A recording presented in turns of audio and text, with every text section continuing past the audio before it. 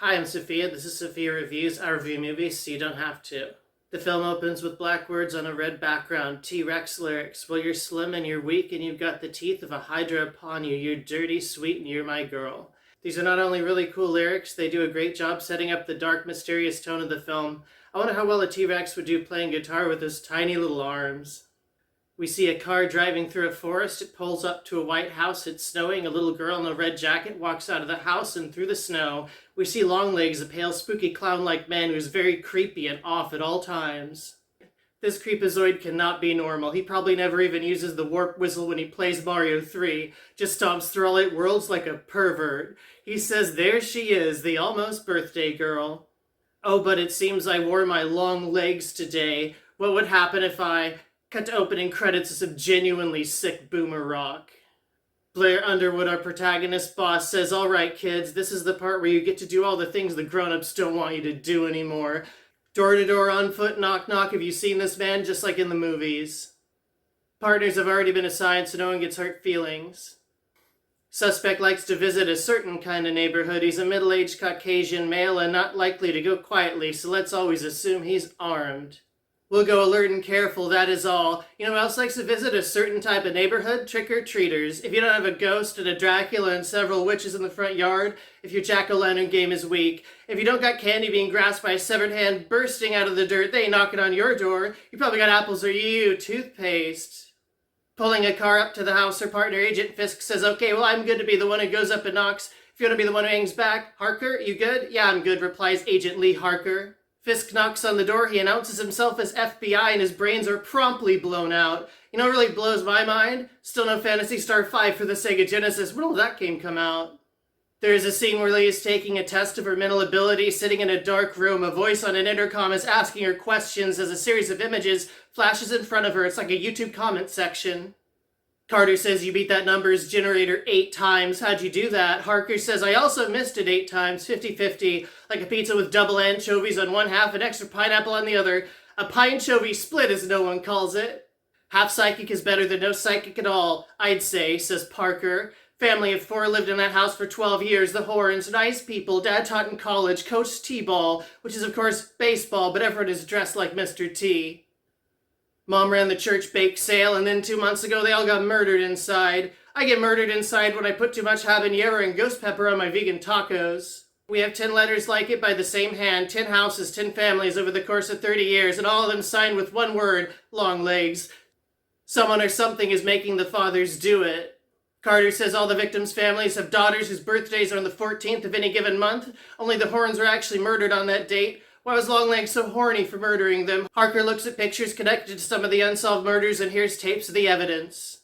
The evidence implies that Longlegs would have to be inside the house to use the shotgun, knife, and hammer, but the physical evidence implies he never was. He murders them, but not in person, Carter says. Maybe he tells the families what he wants them to do to themselves, to each other, and then they do it, says Harker. Wait, is Longlegs just a really effective cyberbully? Is this KYS the movie? Later on, Longlegs drives to a store and starts asking a teenage girl behind the counter, what day is your birthday, little angel? She calls him gross. As he drives away, he screams, Daddy, Mommy, and make me and save me from the hell of living. As far as goth lyrics go, it's not that bad, really.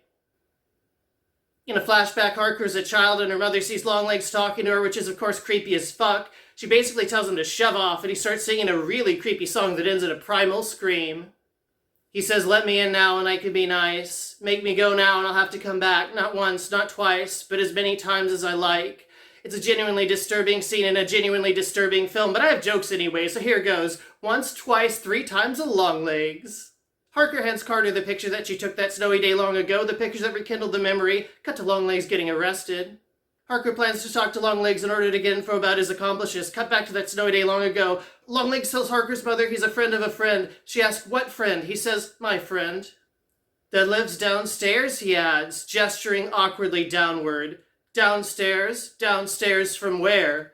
Everywhere, he replies. You could even call him Mr. Downstairs. Holy fucking hell, is Mr. Downstairs the devil, or maybe Kirby, who is of course hiding in the center of the earth playing Smash 64 and controlling the tides with his mind, and you can't prove otherwise. Oh, there she is, the almost birthday girl, a confined Longlegs tells her as the timeline cuts to right now. The day he decided to go into law enforcement, he tells her, you were 20. We had such a big laugh about it. Although it was only me who laughed, not she. Who is the she that you're talking about, she asks him. The seventh she to be given the same choice that they've all been given, he replies. Isn't this a White Stripes song?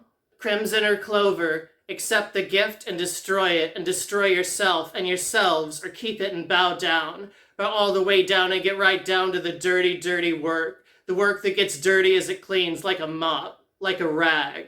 Okay, thanks, I hate it. Both these choices suck. No, thank you.